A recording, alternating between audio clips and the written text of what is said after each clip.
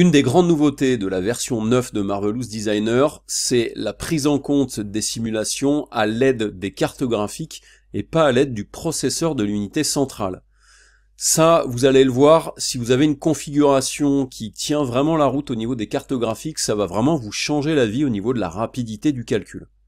Pour que vous voyez un petit peu quelle va être la différence entre la rapidité de mon processeur, qui dans mon cas est un i7 d'il y a 3 ans, mais qui a quand même 8 cœurs physiques et 16 cœurs logiques, et aussi la différence par rapport aux cartes graphiques que j'ai à côté, et les deux cartes graphiques que j'ai, c'est des 980 Nvidia, qui elles ne sont pas toutes jeunes aussi, elles ont 3 ans, et vous allez voir que là, la prise en compte du GPU va vraiment vous faire gagner du temps dans les simulations.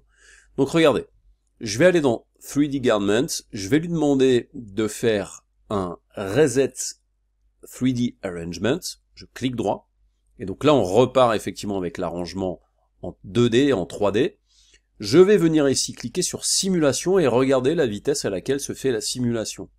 Donc on a le temps d'aller prendre un tout petit café, on a le temps d'attendre de voir ce que ça donne.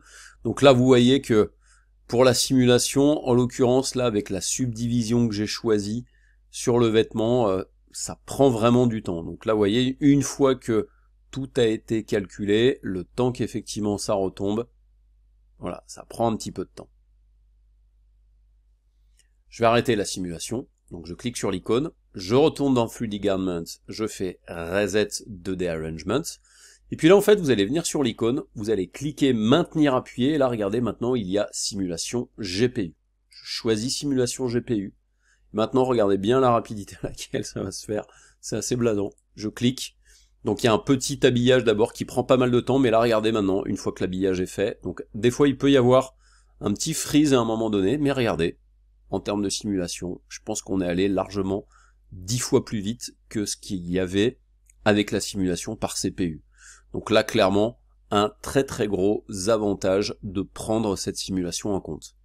Sachez en l'occurrence que si vous voulez regarder un petit peu ce que peut donner la simulation, vous avez ici dans le Property Editor, vous avez des options. Là, vous voyez qu'on est en mode GPU, mais vous pouvez passer ici effectivement en mode normal. On a la possibilité de gérer encore diverses informations.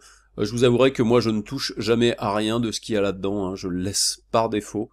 J'évite de faire trop de modifications dans les simulations classiques. Et donc là, on a pu voir que c'est quand même beaucoup plus rapide qu'avec le CPU. Voilà, chose toute bête, mais qui fonctionne relativement facilement et rapidement. On passe à la suite ?